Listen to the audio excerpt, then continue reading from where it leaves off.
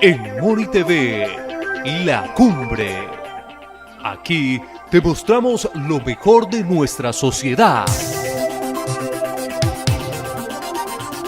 En La Cumbre te presentamos lo mejor de nuestros paisajes. La Cumbre. Estamos orgullosos con lo mejor de nuestra región. La Cumbre. Somos el fruto de nuestro trabajo. La Cumbre. Solo aquí, en Moni TV, tu canal.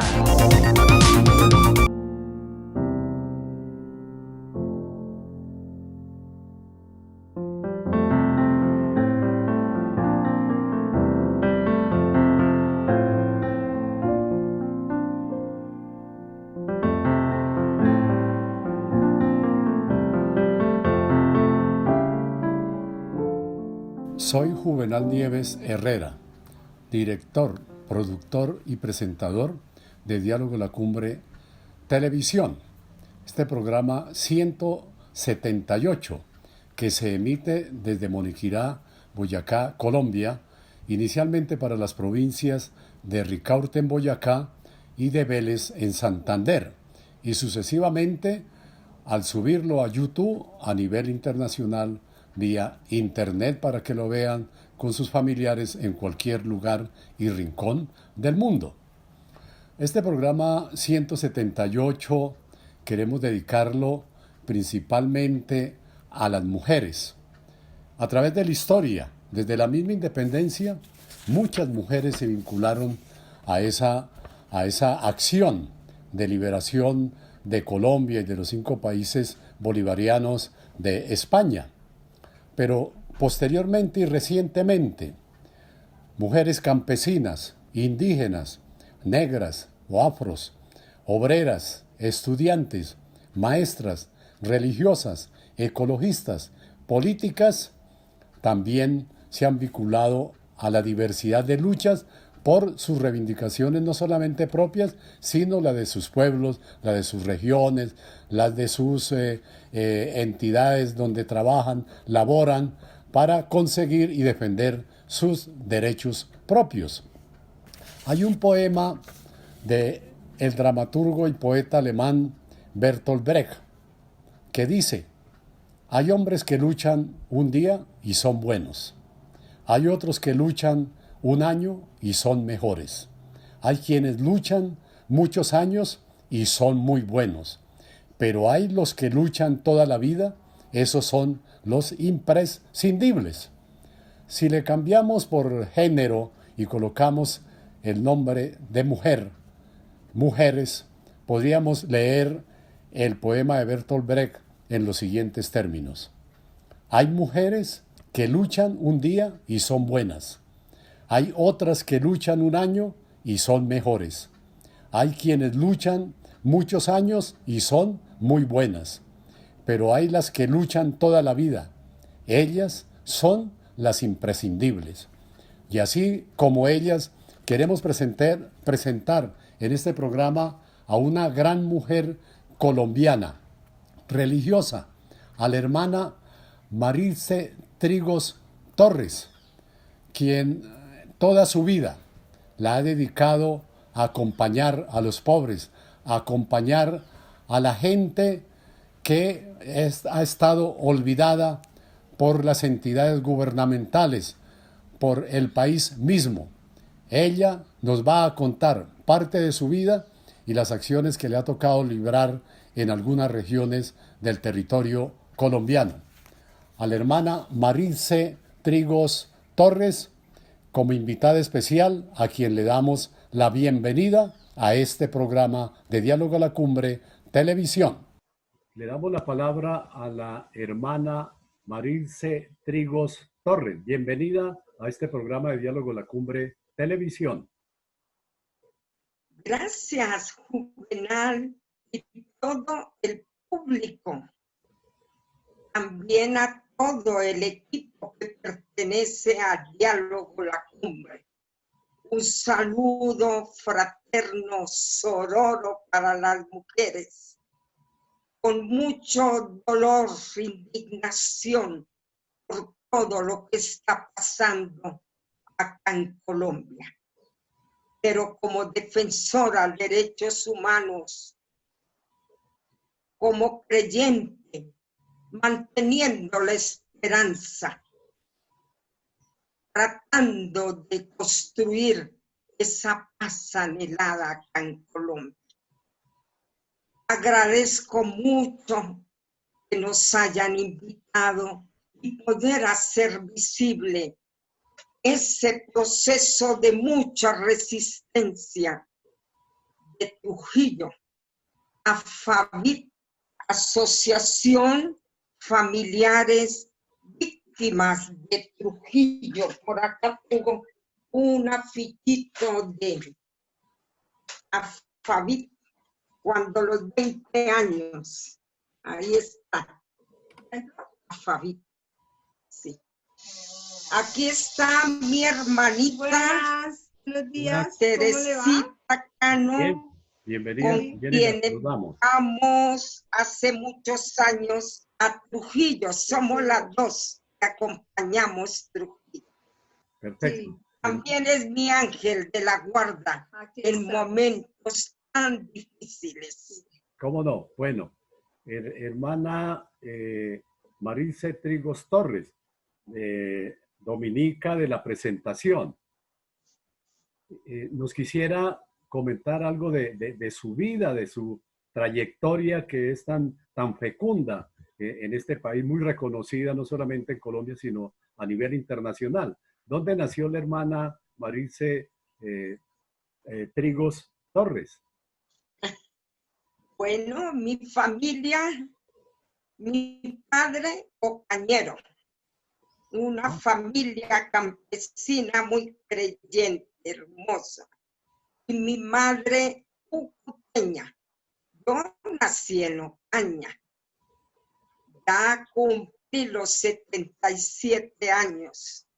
A los 17 años, terminado bachillerato, ingresé a la congregación.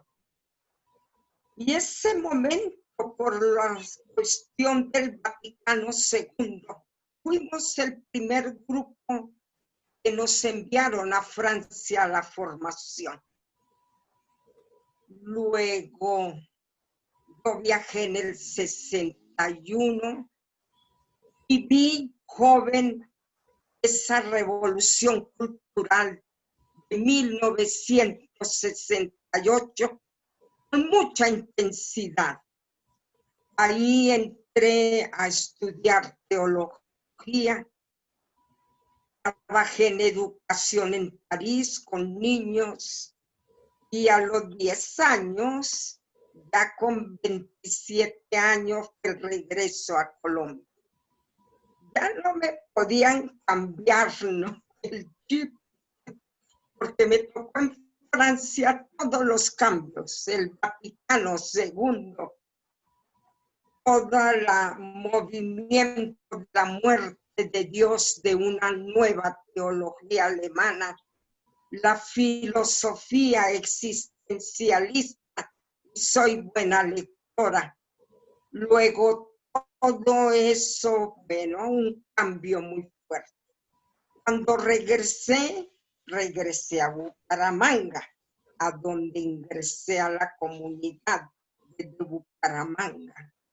Y llegué también en una época hermosa, Golconda, todavía la memoria de la muerte de Camilo Torres, ¿sí? Y pedimos irnos a vivir a un barrio. Fuimos de 4 religiosas metidas en un barrio popular en Bucaramanga. Bueno, ahí está. ¿Cómo se llamaba el barrio de Bucaramanga, hermano? Cerquita, ahí al INEM. Ajá. Provenza. Provenza, muy conocido. Provenza. Bueno, y una de las hermanas, Isabel Sarmiento, a su memoria, expulsada de Chile cuando la época de Allende, también venía con mucha dura, muy, ¿no? Pues con ella, por estar 3 sacerdotes encarcelados, íbamos a verlos, íbamos a la Marta, eso en el año 73. Pues ahí fuimos expulsadas del obispo, de la primera, sí. Y entonces pues, nos tocó venirnos acá a Bogotá a una experiencia hermosa con Javier de Nicoló, con los gamines. Ajá. Y nos fuimos a vivir a un barrio de invasión muy pobre, en el Cerro de Montserrat, donde tuvimos que afrontar varios desalojos. Los del cine nos defendían y venían y nos acompañaban. Sí. De ahí entonces, bueno, ya aquí en Bosa, también en barrios de invasión, este barrio fue de las tomas que hizo el M-19, cuando todavía estaba en la clandestinidad. Todos estos barrios son 3 de invasión. Aquí llegamos en una casa muy humilde y aquí empezamos todo un proceso. Aquí donde estoy es el Hogar El Pueblo. ¿Dónde se encuentra en el momento, hermana? El Hogar El Pueblo, ¿sí? ¿En qué barrio? Luego acá hay organización de mujeres, jóvenes, niños, con ayuda de los obispos de Alemania, un preescolar hermoso, ayudó a construcción. Y acá es una casa de encuentro, una casa, ¿no? Aunque acá hemos recorrido como 6 barrios, ¿no? Itinerantes, sin propiedad. Esto es a nombre del barrio, de la organización, no a nombre de nuestra congregación. Y desde el año 88 fundamos con el padre Javier Giraldo la Comisión Intercongregacional Justicia y Paz. Luego en vacaciones nos íbamos a Chocó, Cacarita, nos fuimos a acompañar al Magdalena Medio, Barranca. Y claro, en el 90 fue la masacre más fuerte de Trujillo Valle. Y entonces desde ahí empezó ese proceso de compromiso con Trujillo, donde vamos hoy a hacer una memoria de este caso cruel, con mucha sevicia, pero de mucha resistencia, de gran dignidad de los miembros familiares víctimas de Afavit. Con Teresita, ¿no? Recorrimos varios sitios de Colombia, San José de Apartadó. Allá también dura la situación. Varios años acompañamos allá. Y ya desde el año 95 iniciamos ese acompañamiento. Hace 25 años, Trujillo. Atendemos acá en Bosa y cada mes nos desplazamos a Trujillo. Aunque hubo 2 años que vivía ya de tiempo completo. Mientras iniciábamos. Hermana Marice, hoy se encuentra en esa casa del pueblo, ¿es en Bosa, en Bogotá? En Bosa, sí. Acá nos ayudó para el Mundo de Alemania y Albania. Un jardín para 100 niños. Y bueno, como estos son barrios que todavía viven en mucha pobreza, ¿sí? El barrio La María son solo recicladores, basuriegos.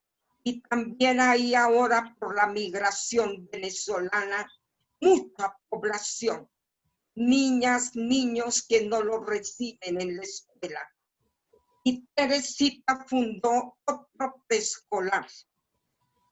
Y eso sin ayuda de bienestar familiar. Así que invitado a los que quieran apadrinar un niño. Son 30,000 pesitos para pagar 2 educadoras, ¿sí? Ahora van a ser 3, ¿no? La señora y una familia nos apoya para la alimentación, darles el almuerzo. Es la obra de la providencia, como la fundadora nuestra Marie Buspan, ella de origen francés, que también empezó su obra desde la pobreza con niñas huérfanas. Entonces acá también es una población. Esta casa ha acogido a los de Trujillo cuando han tenido que darles protección. Y a otros, no solo a los de Trujillo. Es una casa refugio para aquellos que están también en peligro. Bueno, yo creo que esto como introducción, Sí. y no sé si por tiempo los vamos a Trujillo, Juvenal. Sí, hermana, entonces, para la audiencia, para el auditorio nuestro de Diálogo La Cumbre Televisión, pues es la carta de presentación de la hermana Marilce Trigos Torres, hermana dominica de la presentación. Y eso hay más historia de vida, pero el tiempo tal vez no nos lo permite. Entonces vamos a hacer una primera pausa, hermana, y ya continuamos el Diálogo La Cumbre Televisión.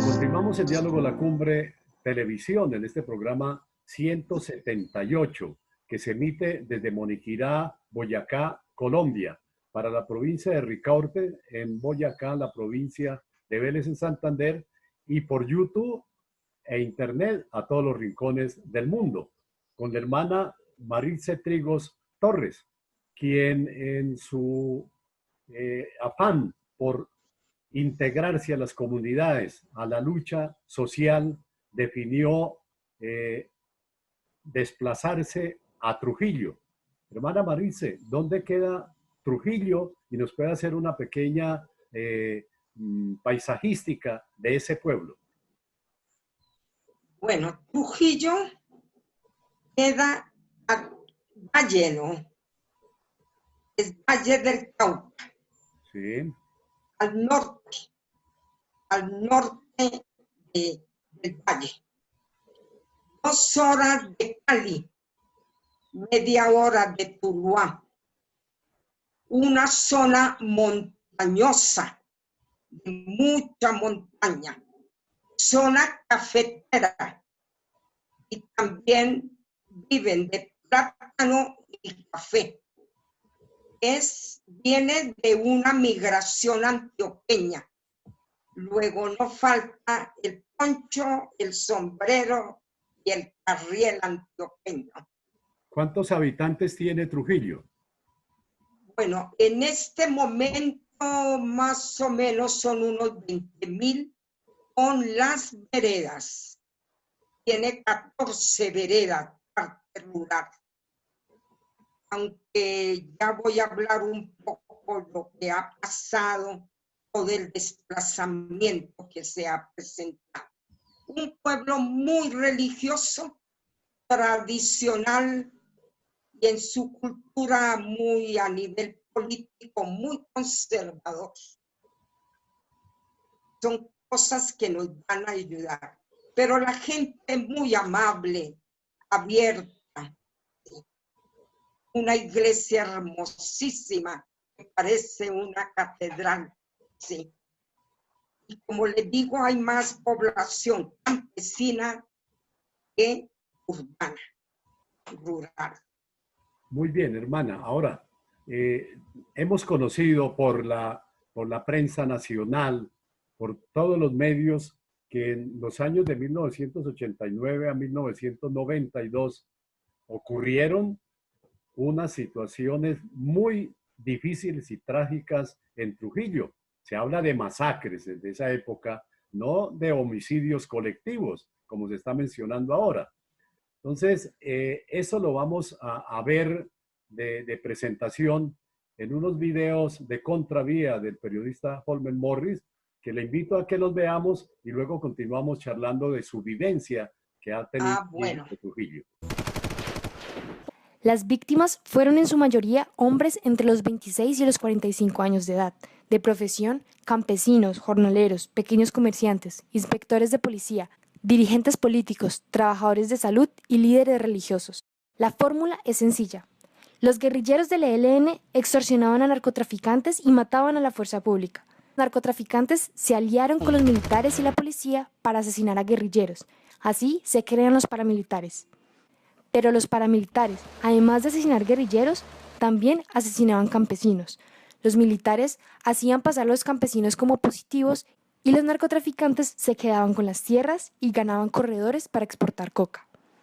En 1989 se dio al lugar una marcha pacífica campesina, donde participaron 20 cooperativas de todas las veredas del municipio, dirigidos hacia el casco urbano de Trujillo por iniciativa del padre Tiberio Fernández, párroco municipal en ese entonces y líder comunitario, para pedirle al alcalde el arreglo de carreteras, instalación de un acueducto y creación de escuelas y puestos de salud en las veredas.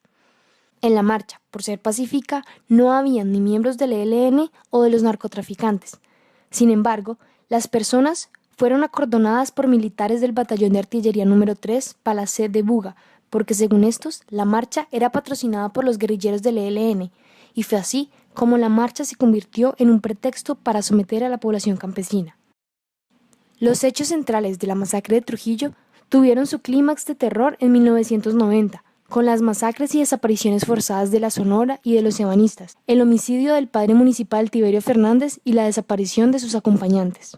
En marzo de 1990 ocurrió un enfrentamiento entre ejército y guerrilla, que dejó una baja de 9 militares y un civil. Posteriormente, en esa semana, se presentaron 3 homicidios más y resultaron 3 civiles heridos. La fuerza pública había iniciado entonces operaciones de registro y control en todo el municipio para buscar a personas que tuvieran nexos con la guerrilla. En ese entonces capturaron a 11 personas en el corregimiento de la Sonora.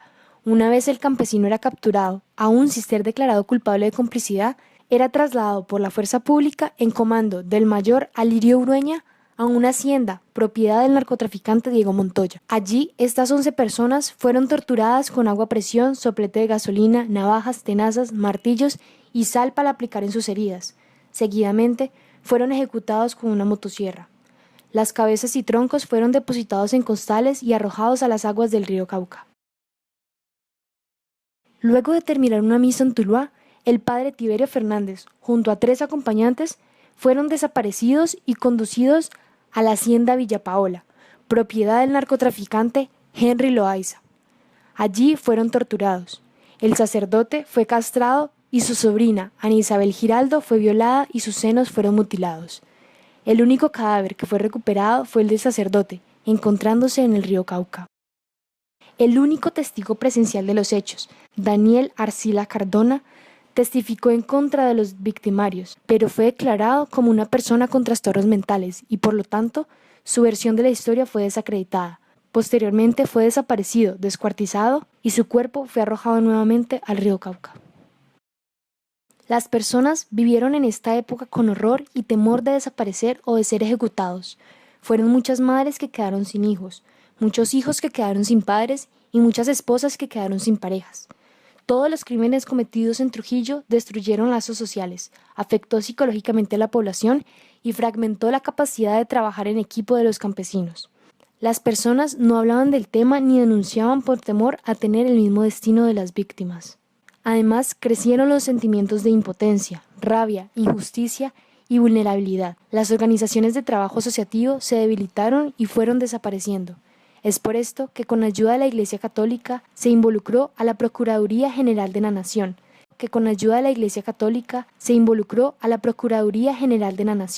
que determinó la absolución de los victimarios de todos los crímenes, pero luego el caso fue llevado a la Corte Interamericana de Derechos Humanos, donde se declaran culpables y el presidente de aquel entonces, Ernesto Samper, reconoció públicamente la responsabilidad del Estado colombiano por la acción u omisión de servidores públicos en la ocurrencia de los hechos violentos de Trujillo sucedidos entre los años de 1980 y 1990. En 1995 se crea ABAFIT, Asociación de Familiares de Víctimas de Trujillo, y se inicia un proceso de demanda contra el Estado que culminó este año, 24 años después, con una solución amistosa que reconoce 42 nuevas víctimas de ejecuciones extrajudiciales y desapariciones forzadas, asume la obligación de profundizar la investigación penal por los hechos y establece que si en la investigación penal que adelanta la Fiscalía General de la Nación se identifican nuevas víctimas, estas serán reconocidas en el presente Acuerdo de Solución Amistosa. En los últimos años se dio la creación del Parque del Monumento a las Víctimas de Trujillo, donde los familiares de las víctimas realizaron una escultura en cemento de su familiar asesinado o desaparecido, lo cual permitió un mejor cierre del proceso del duelo. Este parque es algo muy importante para los trujillenses. La vida humana, pues no hay cómo repararla. Fueron muchas personas que desaparecieron y muchas personas que fueron masacradas, y pienso que para eso es el monumento, como para recordar qué fue lo que sucedió y que esto no vuelva a suceder. Con la recuperación de la memoria histórica de la masacre de Trujillo, se pretende dar un reconocimiento y dignificar la palabra y recuerdo de las víctimas de la violencia en Colombia. Esto con el fin de atenuar los efectos negativos en la salud mental de las víctimas y sus familias, para que sientan que no los hemos olvidado. También funciona como mecanismo para generar esperanza y dejar claro que también buscamos justicia. Esto con el fin de lograr la recuperación de la identidad social del municipio y la reconstrucción de los lazos sociales dentro de la comunidad. Pero la realidad es que a pesar de todos los testimonios y pruebas aportadas, los presuntos responsables fueron y tal vez seguirán siendo exonerados penal y disciplinariamente. Además, sobre la verdad de los hechos solo se han dado fragmentos. No hay una historia oficial que, en este caso, podría de alguna forma iniciar la reparación de las víctimas, la justicia y la reconciliación. El Estado aún se encuentra en deuda hasta el día de hoy con las víctimas de Trujillo, pese a los esfuerzos que ha hecho la Comisión de Investigación de los Sucesos Violentos de Trujillo por generar justicia. Aún hay impunidad.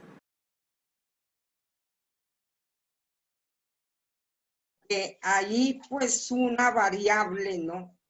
Es la presencia del padre Tiberio, párroco de Teología de la Liberación, sociólogo, en medio de una cultura religiosa muy conservadora, ¿no? La presencia del ELN, del EPL y un pequeño reducto del M-19 en la montaña. También otra variable, el narcotráfico, con dos grandes cabezas del narcotráfico en Colombia, Diego Montoya y Henry Loaiza, llamado el Alacrán, quienes crearon todo ese grupo que llamaban las AUC, las Autodefensas Unidas de Colombia. Luego ya evolucionaron al paramilitarismo.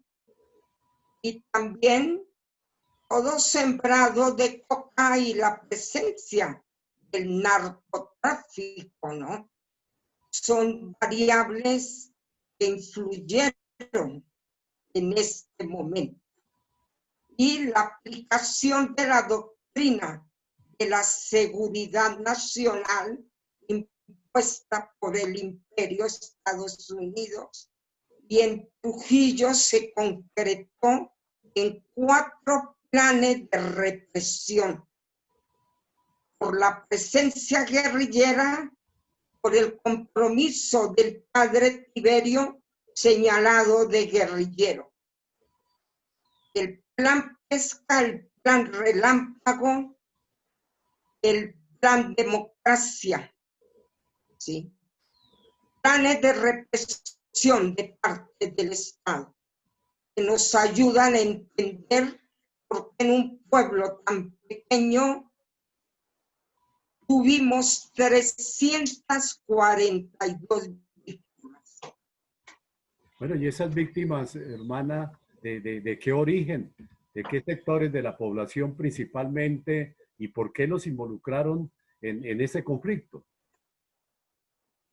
Bueno, como les decía, ante una religiosidad, ¿no?, más tradicional, la incidencia del padre Tiberio. Él es de Salónica, a 1 hora de Trujillo, ¿sí?, formado por jesuitas.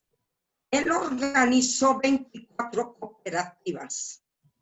Organizó al pueblo pobre, porque ahí en Trujillo era la acumulación de tierra, todavía sigue, en manos de 3 gamonales, ¿sí?, muy conocidos a nivel histórico, ¿no?, en Trujillo.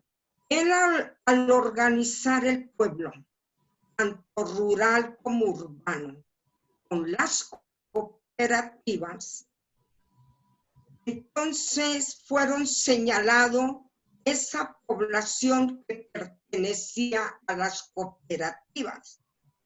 Por ejemplo, de las 5 carpinterías que él organizó, fueron como 8 de los ebanistas, entre esos 3 hermanitos ebanistas, y así otros, los que pertenecían a la cooperativa de moreros, ¿sí?, mujeres que él organizó en almacenes.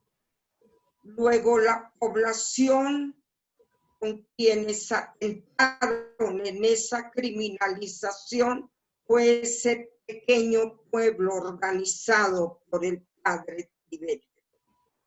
Como estaban organizados, tenían que atentar contra ese proceso organizativo, y la propuesta de Tiberio era una economía alternativa.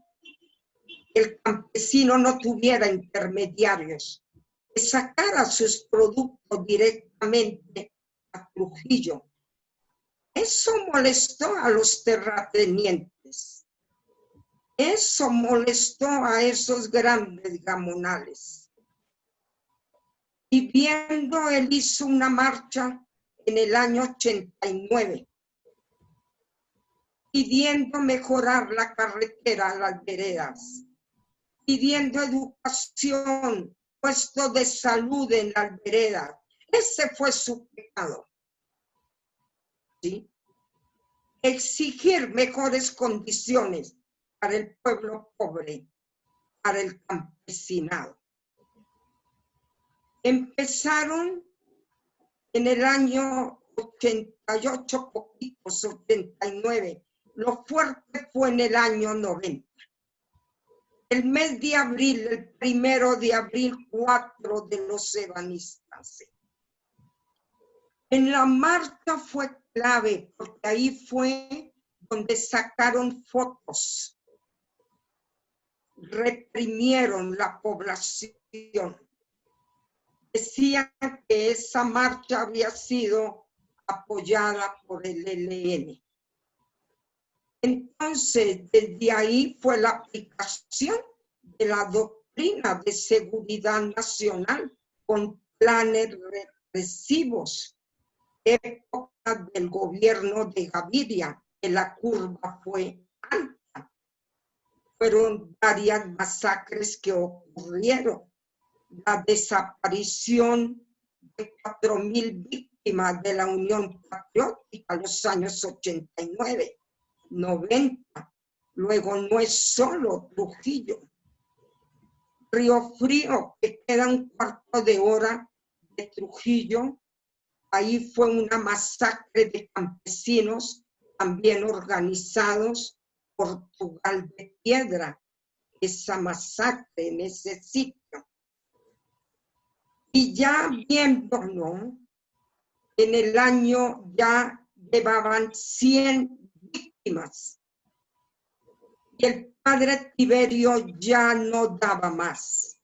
Su dolor, su conciencia de pastor, de defensor de los pobres.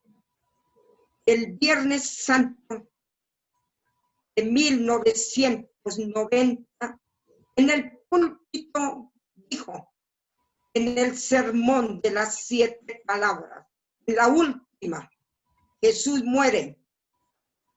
Si mi sangre contribuye para que en Trujillo amanezca y florezca la paz tan anhelada, gustosamente la derramaré. Y al día siguiente mataron a don Abundio Espinosa, gran amigo que ayudaba mucho a la parroquia. Como era domingo de Pascua, él no podía trasladarse a Tuluá. Y el lunes de Pascua él va a las exequias. Y de regreso, junto con su sobrina, Alba Isabel Giraldo, quien manejaba las cooperativas de solo 20 años, junto con un joven arquitecto de la Nacional que estaba ayudando a hacer unos planes. Y el campanero, el mandadero de la parroquia, Norbey Galeano, al regreso del entierro de don Abundio, le interceptan el carro de la parroquia y se lo llevan a los 4. Tiberio fue el único que se pudo rescatar el 21 de abril. A él se lo llevaron el 17. ¿Cómo aparece su cuerpo? Decapitado, sin cabeza. Acá en la casa tengo fotos reales. Le cortaron la cabeza, las manos, lo castraron, 4 tiros en la espalda. Como fue a los 4 días que apareció, porque todos ahí tenemos que hallar. Y como ya se habían visto cuerpos por el río Cauca, hubo mucha movilización buscando los cuerpos. El de Alba Isabel y los otros no se encontraron, porque según testimonio de Daniel Arcila, que infiltró y estuvo con los paramilitares, él dio su testimonio. Los otros 3 fueron desmembrados totalmente. Por el río corrían brazos, piernas, cabezas. Terrible lo que voy a decir, pero bomberos, Cruz Roja, Defensa Civil lograron recoger 2 talegadas de cabeza en un juzgado en Cali. Las perdieron para no dejar evidencia. Hermana Maritze. ¿Por qué? Porque son crímenes de Estado, son crímenes de lesa humanidad. Toda la acción de Trujillo fue comandada por el mayor Alirio Dueña, hombre que se formó en la Escuela de las Américas. Por eso, tanta sevicia, sí. Y no hizo nada el comandante de la policía, Fernando Berrío. Luego son crímenes de lesa humanidad. A estas alturas, Ustedes suponen, Maritze, ¿cómo? a estas alturas, después de estos años que ocurrieron esas masacres, ¿qué ha pasado con las investigaciones? ¿O eso está en unidad? Interesante. En el año 91 llamaron al mayor Alirio Urueña Fernando a los narcotraficantes, y para que veamos cómo hoy también se repite. Me da pena porque siento mucha indignación. Como la gente de miedo, huérfana porque ya Tiberio no estaba, los absolvieron. Y hay un principio en la administración de justicia en Colombia es vigente, llamado cosa juzgada. Si a ellos los llamaron a juicio y los dejaron absueltos, no había nada que hacer. Quedaría en la impunidad esos 342 víctimas. Y el padre Javier Giraldo, jesuita gran defensor, colocó el caso ante la Comisión Interamericana de Derechos Humanos. Fue la primera comisión de verdad en Colombia en el año 94, 4 años después del asesinato de Tiberio. Pero ahí ya era mucho. Los bomberos no pudieron volver al río porque asesinaron un bombero y no lo dejaron volver. ¿Sí? Entonces la comisión sesionó desde el mes de marzo hasta el mes de septiembre en Trujillo. Y ahí Dios, misericordia y justicia, salió la condena al Estado colombiano. La Comisión Interamericana no puede abrir proceso jurídico, es una condena moral, pero dejó 12 conclusiones contundentes, fuertes, y dejó 10 recomendaciones. La mejor recomendación, el caso de Trujillo debía abrirse como proceso jurídico y que los fallos absolutorios había que revocar, hacer revocatoria de esos casos, de los victimarios, de los culpables. Bueno, hubo recomendaciones a nivel de la reparación, hubo reparaciones de las garantías de prisión ante el paramilitarismo.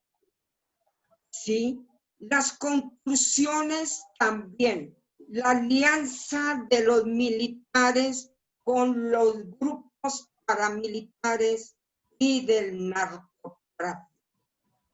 Esas conclusiones. Como reparación se exigió que ese informe de la Comisión de Verdad se publicara y se sacaron 3.000 publicaciones de distribución gratuita. En ese momento el lema era una gota de esperanza en un mar de impunidad.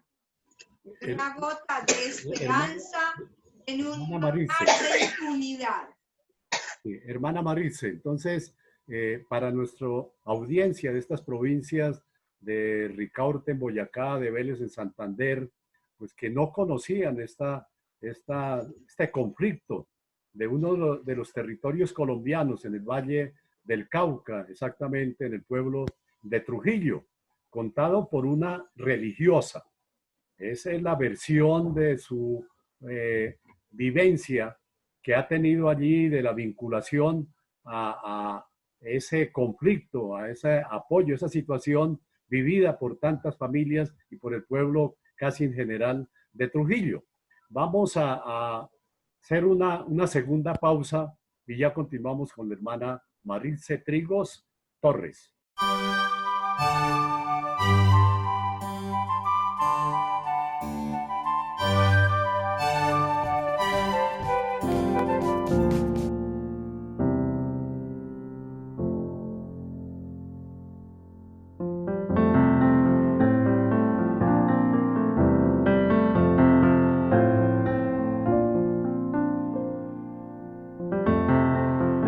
continuamos el diálogo La Cumbre poema de Televisión. Sí, un segundito, hermana.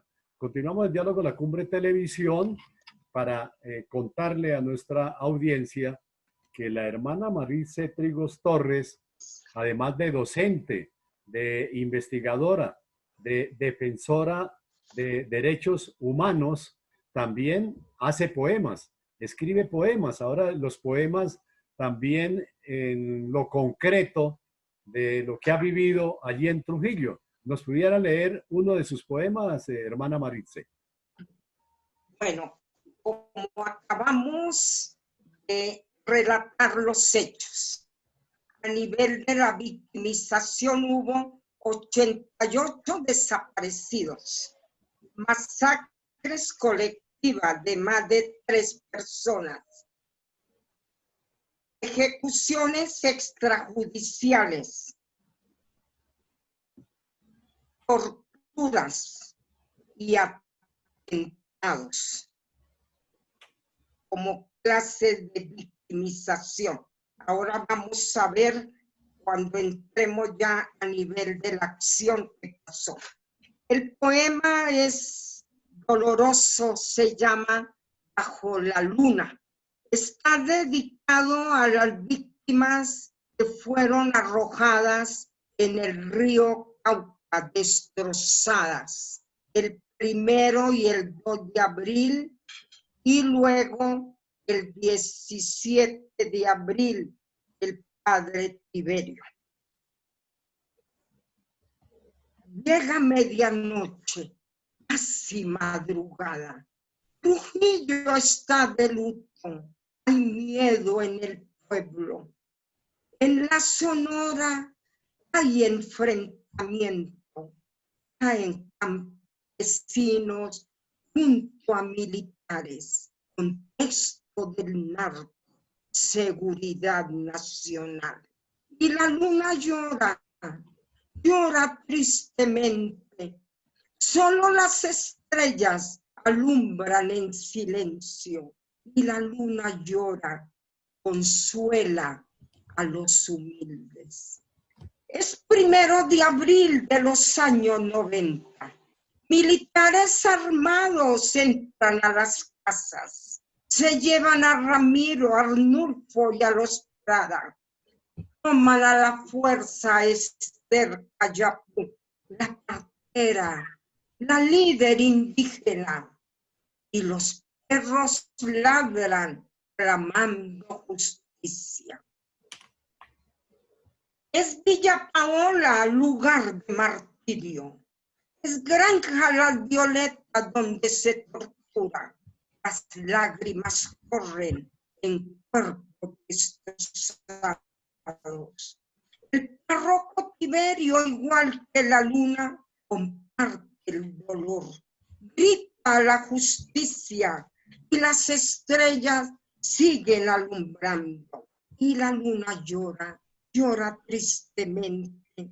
Solo las estrellas alumbran en silencio y la luna llora y consuela a los humildes. Alba Isabel, sobrina de Tiberio, en sus 20 años belleza juvenil, es torturada, muy violentada, pero se la acaricia con leones de amor y ternura, consuela a la madre y piden justicia. Pedazos de cuerpos tirados al Cauca. El río se convierte en un río de sangre. Oh río del Cauca, esconde secretos. Los peces se unen en ronda solidaria. Las piedras y el agua forman cavidades, buscan convertirse en un mausoleo. Hoy, bajo la luna y estrellas brillantes, se escribe memoria, contexto de injusticia. Y los peces hablan, y las piedras gritan, y el agua se vuelve transparente. ¿Dónde está la justicia? No más impunidad. En resistencia activa, familias se unen a las piedras, se unen a los peces. El agua transparente con la luz de luna mantiene la esperanza en dignidad de vida. Ya la luna no llora, la luna sonríe, la luna hace memoria. Las estrellas escriben la historia del ayer y la luna alumbra con luces de esperanza. Gracias. No, ese poema retrata todo lo ocurrido allí en Trujillo, a esa población de tradición agraria de los campesinos, gente trabajadora y excelentemente buena. Usted lo entrega en su forma poética, en la prosa, que dice a veces más que los mismos hechos, que las mismas evidencias. Es un lenguaje diferente que nos hace sentir esa tragedia ocurrida allí en Trujillo. Pero bueno, después de semejante situación presentada allí, ¿qué ha pasado con las familias? ¿Qué viene ocurriendo en Trujillo, hermana Maritze?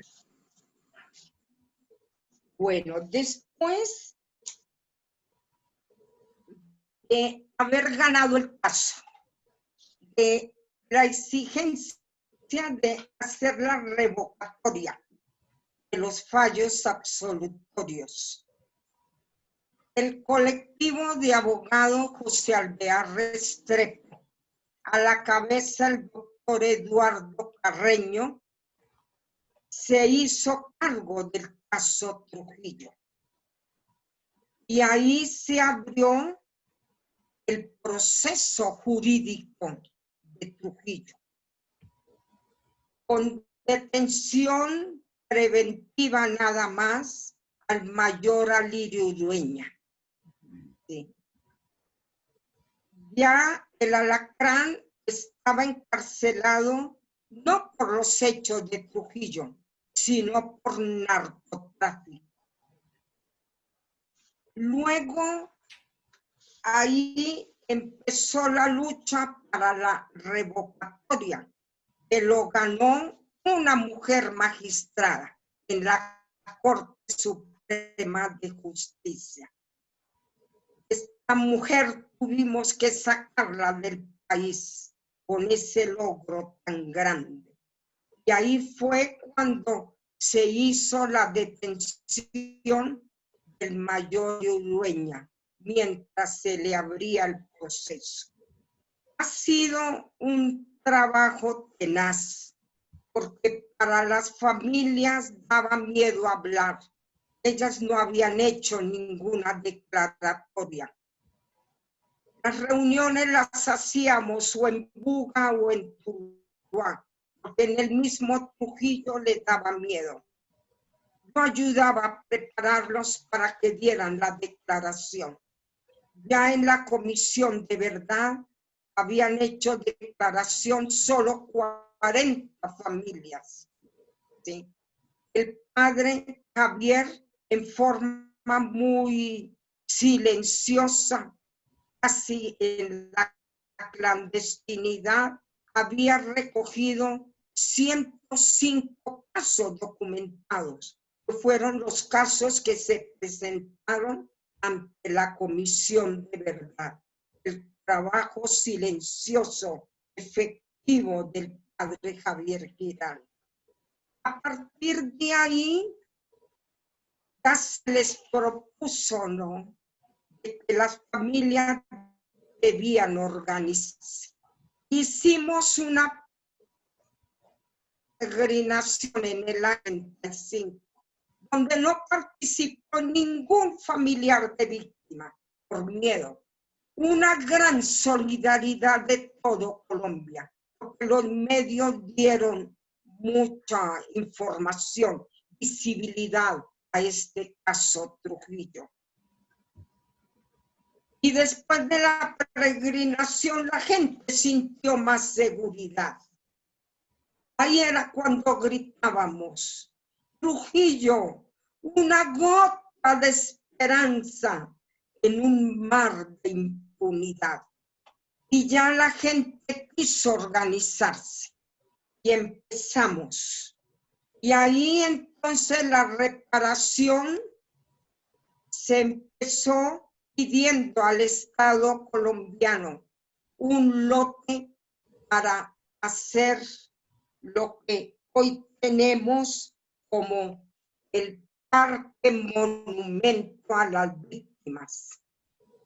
Aquí hay, estos son los osarios, 235 osarios, módulos, como ven ahí blanco, ¿no? De a 5 hay ahí. Y este inicio de esta primera actividad fue elaborar duelos. Las familias hacían dibujos porque se hizo escultura tamaño natural de más de 1 metro, representando cada víctima, asesorado nada menos que por Fabiola Lalinde, hermana de Luis Fernando Lalinde, asesinado en Medellín, y que su mamá es el mejor símbolo de lucha contra la impunidad. Santiago Camargo, solo arquitecto, él estaba en el cine, gran defensor de derechos humanos. Acá fue cuando empezamos a recoger la memoria. Escrito a mano, así fuera con mala ortografía, que la gente recuperara, ¿sí?, la biografía de su víctima, que la dibujara. Fue un trabajo hermoso. Como era barro, era sanador. Eso duramos todo el año 2000, 2001, pero resulta que haciendo esto por la montaña que ven al frente, no llegaban los paramilitares a amenazarnos. Les va a pasar lo mismo que a Tiberio.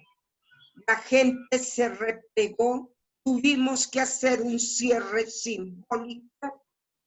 Ellos me decían, hermanita, no venga a mi casa, me causa peligro. Y con todo lo duro que habían vivido, ¿no? Hasta eso fue del 98 al 2000, ese cierre. Y al fin 2001 y mitad de 2002 logramos todos los osarios. ¿Qué fue el trabajo duro? Acá tienen una foto, las mujeres haciendo las esculturas, ¿sí? Con la artista Adriana Lalinde. Y el trabajo más riesgoso, irme con las mujeres a hacer las exhumaciones, ¿sí? Aquí ven a Trinidad acariciando la cabeza de su hijo. Duro para ella. Los hombres le daban miedo que lo detuvieran de ser perseguidos. Pero una mamá, una viuda, hace todo por su hijo, por su marido. Hicimos 66 exhumaciones. Tengo muchas fotos. Teresita también, ¿no? Me acompañó algunas de esas exhumaciones. Eran jornadas de 9 de la mañana a las 5 de la tarde. Yo les decía, el parque no puede ser solo simbólico. Debemos traerlos. Los 88 desaparecidos, pues sí, eso ya es con el fiscal. Apenas hace 2 años que iniciamos con Fiscalía y CTI el proceso de buscar lo desaparecido. Eso es otra historia a contar, ¿sí? Desde ahí empezó AFAVIT. AFAVIT nace en el año 95. Ese es AFAVIT, esa asociación de familiares. Asociación, pues tremendo. Asociación Familiares Víctimas Trujillo. De Trujillo. AFAVIT. AFAVIT. ¿Sí? Aquí fue cuando los 20 años que nos tomamos el río Cauca, una peregrinación por el río Cauca. Entonces ahí no solo organizamos los adultos, a ver, Teresita, ayúdeme. Hicimos el grupo de matriarcas de mujeres, muy valientes. A ver, venga, va pasando. Esta es la vicepresidenta actual. Es catequista, líder comunitaria, acompaña a los indígenas, no solo el proceso de AFAVIT, gran lideresa. Y Chilito también, de gran apoyo. La asesinaron en el año 2013. Ya ella había sufrido el asesinato de su hija, hermosa niña, y también varios familiares. Tenemos a Ana María, madre de 6 hijos asesinados. Ahí está Ana María Vargas, madre de 6 hijos desaparecidos, asesinados, pero su fuerza le viene de Dios. Seguiré viviendo, ella dice, y eso es dignidad. Una incansable matriarca, vendiendo arepitas que hace en la casa para sobrevivir, porque la indemnización aún no le ha llegado. Tenemos a Dioselina, Consuelo, gran luchadora, 2 hijos jóvenes de solo 14 y 16 años. Por tiempo yo creo que no podemos mostrar más. Tenemos la colección de matriarcas, pero también de patriarcas, están al final. Doña Emma, que ya cumple este año 101 años y sigue participando en reuniones. Acá tenemos un gran patriarca, campesino, don Gabriel. Llamamos los patriarcas y las matriarcas. Don Luis, que ya murió. Don Carlos, tío del testigo número 1 de Daniel Arcila, quien fue asesinado, torturado, despedazado en forma cruel. Pero gracias a ese testimonio. Con estos 2 grupos se organizaron también jóvenes y niños. A estos nietos, ahí están con el padre Javier. Ellos llevan el nombre de un bebé que degollaron delante de papá y mamá, y luego a papá y mamá los mataron, ahí sí a tiros. Llevan el nombre Jimmy García Peña.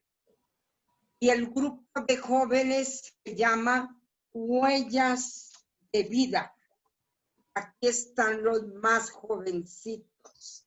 Ellos participan, recogen memoria, ganaron el primer puesto en narrativa en una convocatoria en Ministerio de Cultura. captura.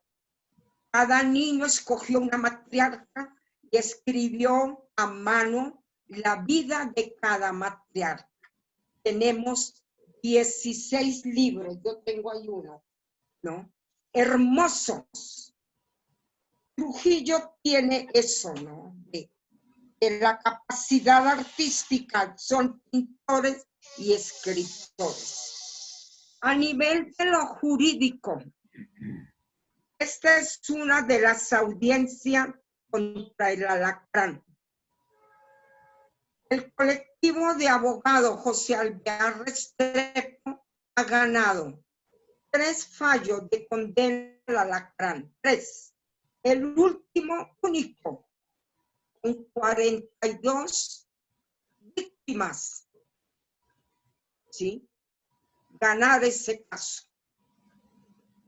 Condena al mayor Alirio Urueña, pero cuando ya empezaron las audiencias, dijeron que a Urueña lo habían detenido sin presentar la orden de captura y lo dejaron libre antes que saliera el fallo.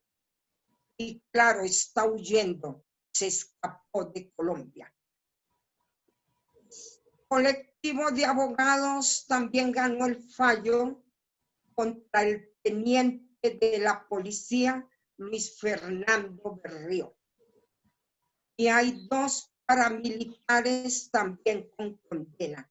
Uno de ellos, Rigoberto Tabades, que lo llamaban la bruja, también condenado.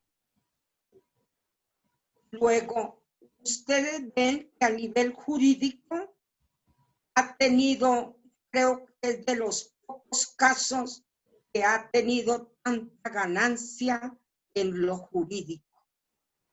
Ya llevan 20 años acompañándolo el doctor Eduardo Carreño. Fuera de la parte jurídica, la formación desde la fe, lo teológico, y ahí ha contribuido mucho la Universidad Javeriana, la Facultad de Teología. Hacemos talleres en derechos humanos, en análisis de realidad política. Los talleres también de terapia para sanar, para poder elaborar esos duelos. Los desaparecidos, difícil que hagan duelo. Luego, fuera de la parte de formación, todo lo que es lúdico.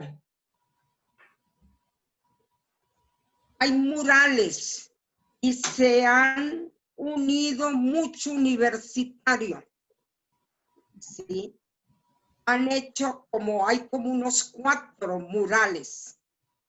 Hay 2 murales dedicados a las matriarcas, a las mujeres. Se abrieron archivos y la Archivo General de la Nación nos dio 2 becas. El presidente en ese momento, Orlando Naranjo, y yo hicimos el curso de archivística y tenemos un archivo muy bueno a nivel profesional. Tenemos museo, el oratorio, el Retiberio, el museo.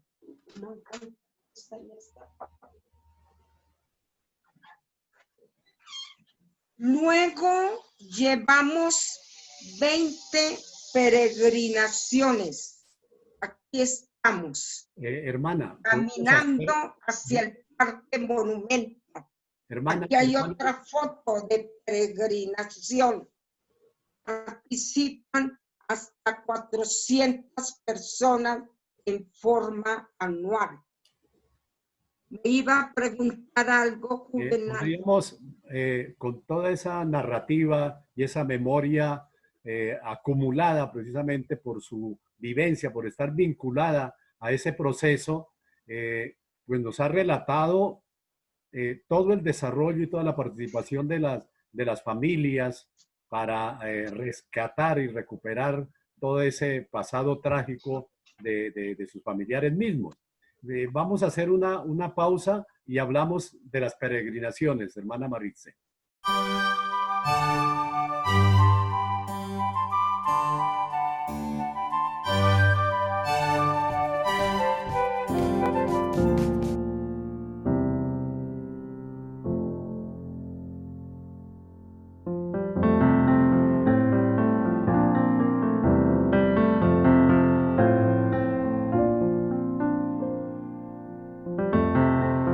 Continuamos el diálogo La Cumbre de Televisión en este programa 188 con la hermana Maritze Trigos Torres. Bueno, la hermana no tiene un hábito, pero ¿desde cuándo dejó ese hábito y se mantiene como de traje de civil, pero con su religiosidad de tiempo completo y de práctica de acuerdo a la teología, digamos, de la liberación y de todos los postulados que la formaron a usted tanto en Francia como en Colombia? Y en el desarrollo del programa, hermana Maritze, ustedes realizan unas peregrinaciones. ¿De qué se tratan esas peregrinaciones hacia Trujillo?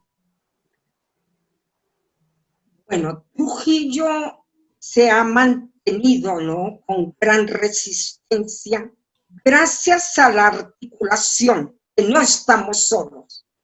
Estamos articulados con la Conferencia de Religiosos. También con Movice, el Movimiento Nacional de Víctimas de Estado. Articulados con la Mesa Ecuménica por la Paz en Colombia. Con GEMPAS, Grupo Ecuménico Mujeres Constructoras de Paz.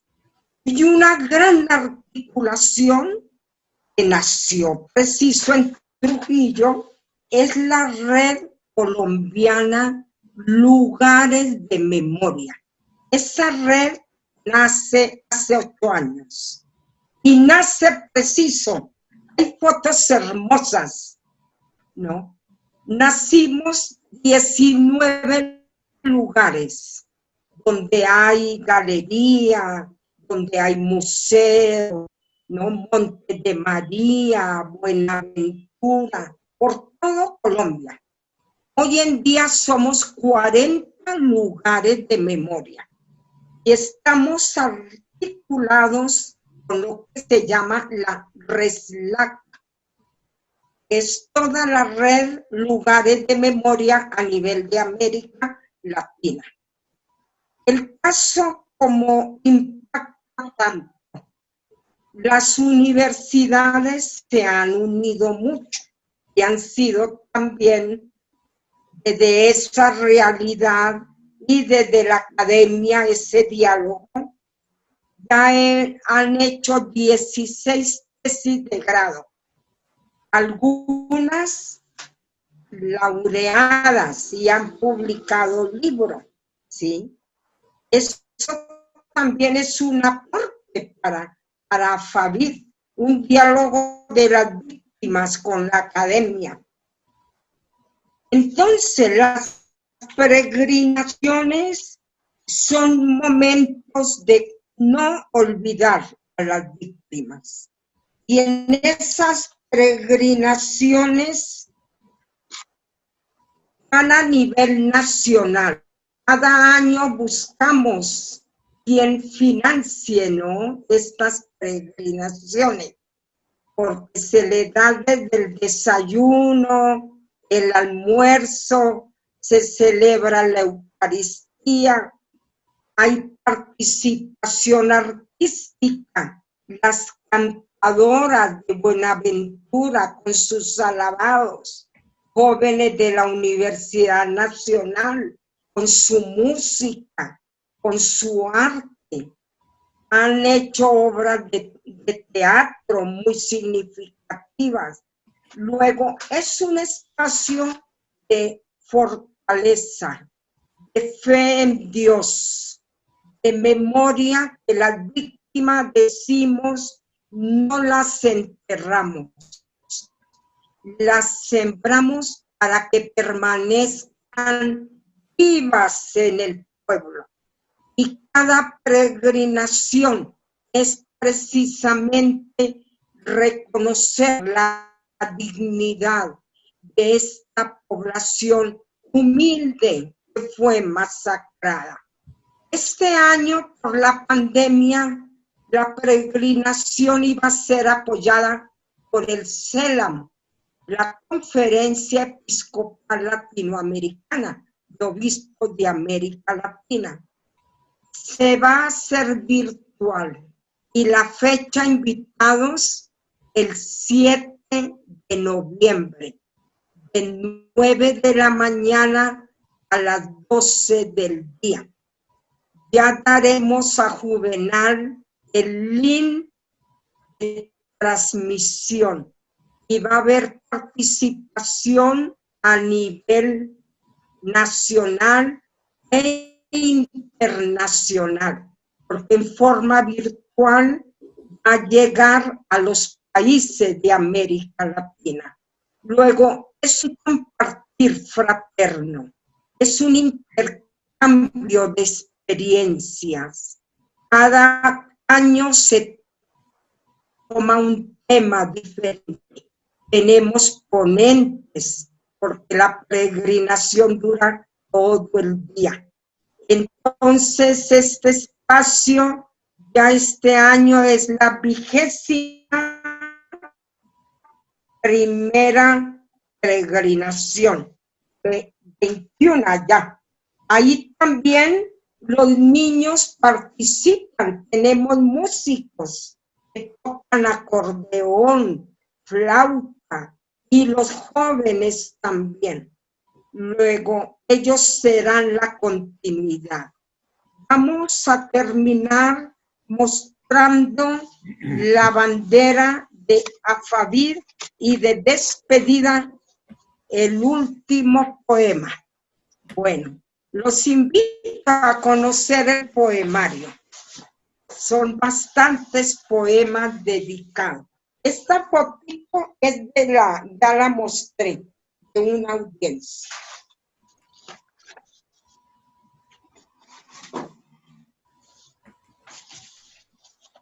Sí, estamos conociendo ahí la bandera de AFAVIT, la Asociación de Familiares Víctimas de Trujillo, identidad, dignidad, sangre, verdad, justicia, esperanza. El color negro, la tierra, lo que somos, nuestra identidad, ¿sí? El blanco, la paz y la dignidad. El rojo, la sangre derramada. El amarillo, la verdad, el esclarecimiento de los hechos. El azul, justicia, grande como el cielo, extenso como el mar, gritamos a la justicia. El verde, la esperanza que mantenemos. Y el morado, lo comunitario, la organización. Su logotipo, un tronco, que quedan las raíces de memoria de las víctimas. Cortan ese árbol de Tiberio, esa lágrima de sangre. Pero a pesar que cortan el proceso, resurge. Hay un nuevo tallo y ese es AFAVIT. A ver, Teresita, vamos a gritar el lema, las dos, el lema de AFAVIT. Resistir, persistir y nunca desistir. Para que todos se lo aprendan. Resistir, persistir y nunca desistir. No, ahí lo acompañamos. Resistir, persistir y nunca desistir. Me despido, nunca desistir. Ahí estamos. Lo bonito es que entre tantas familias no hay venganza. han visto así personal al alacrán. Hay un aporte a la construcción de paz, ¿sí?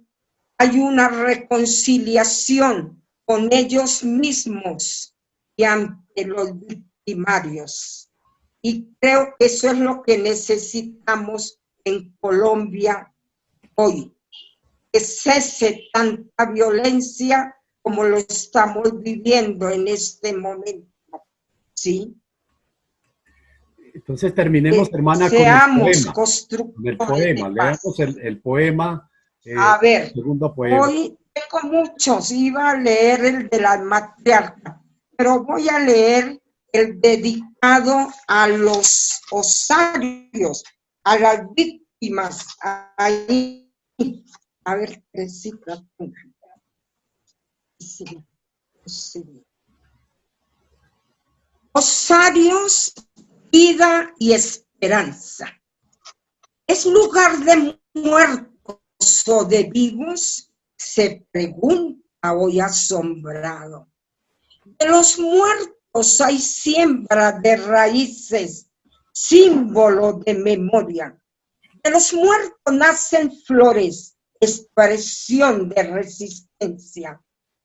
De los muertos salen rostros que hablan de proyectos. Es la vida que trasciende más allá de la muerte.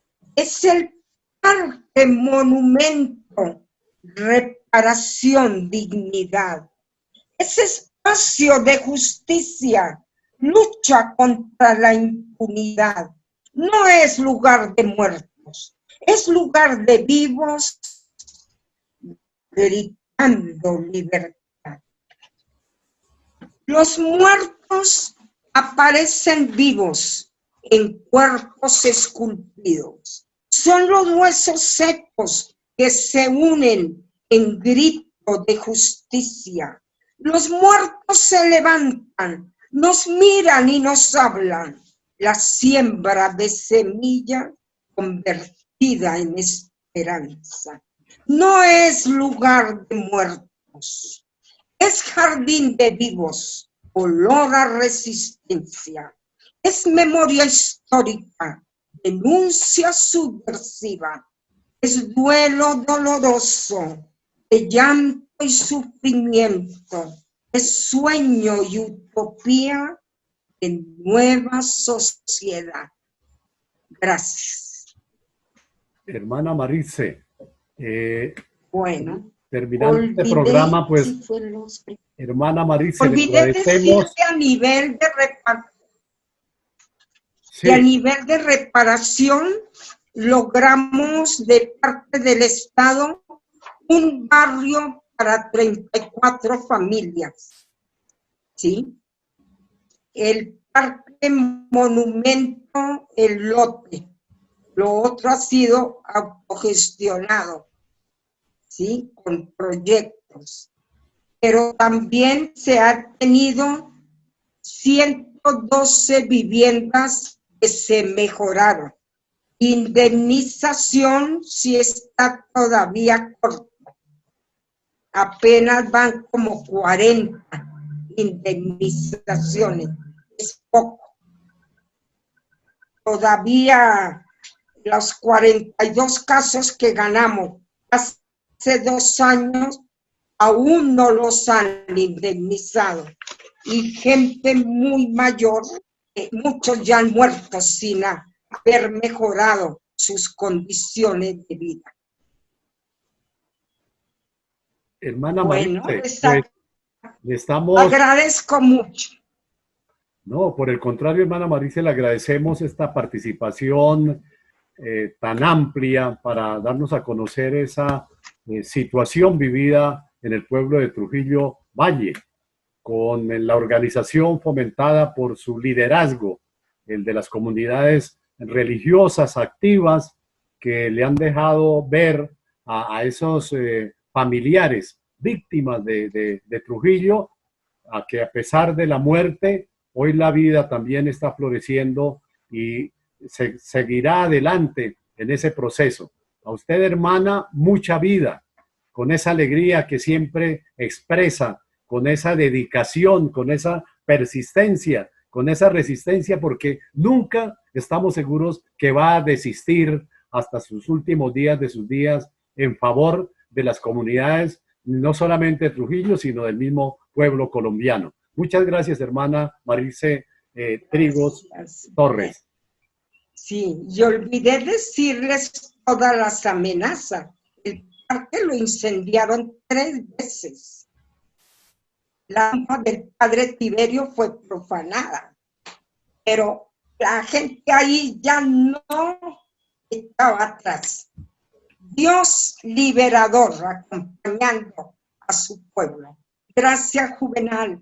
Gracias a la cumbre por esta oportunidad. Me alargué mucho. No, para nada. Estamos en la sintonía, continuamos hablándonos y estaremos presentes en la peregrinación, transmitiéndolo aquí también en directo por nuestros medios y redes sociales y los canales locales de la provincia de Ricaurte en Boyacá y de la provincia de Vélez en Santander. Terminamos este programa de Diálogo de la Cumbre 178.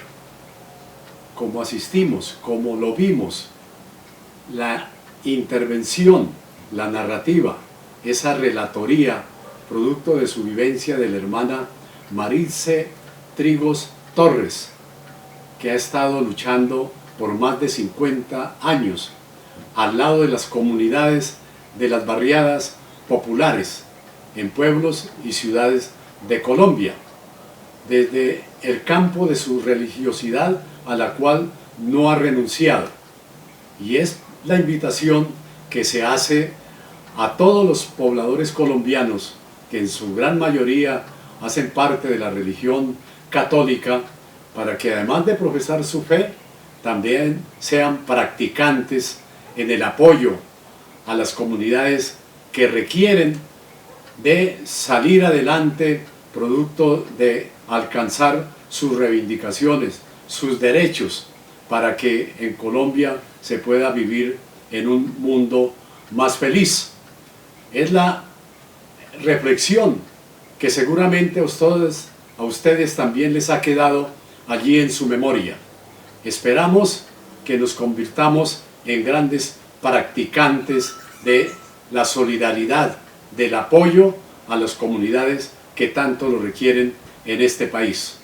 Así, de esta manera, terminamos el programa de Diálogo de la Cumbre 178 con la invitación a que nos esperen en uno posterior. Agradecimientos infinitos por su permanencia en estos 178 programas de Diálogo de la Cumbre Televisión. En Moni TV, La Cumbre. Aquí te mostramos lo mejor de nuestra sociedad. En La Cumbre te presentamos lo mejor de nuestros paisajes. La Cumbre. Estamos orgullosos con lo mejor de nuestra región. La Cumbre. Somos el fruto de nuestro trabajo. La Cumbre. Solo aquí, en Moni TV, tu canal.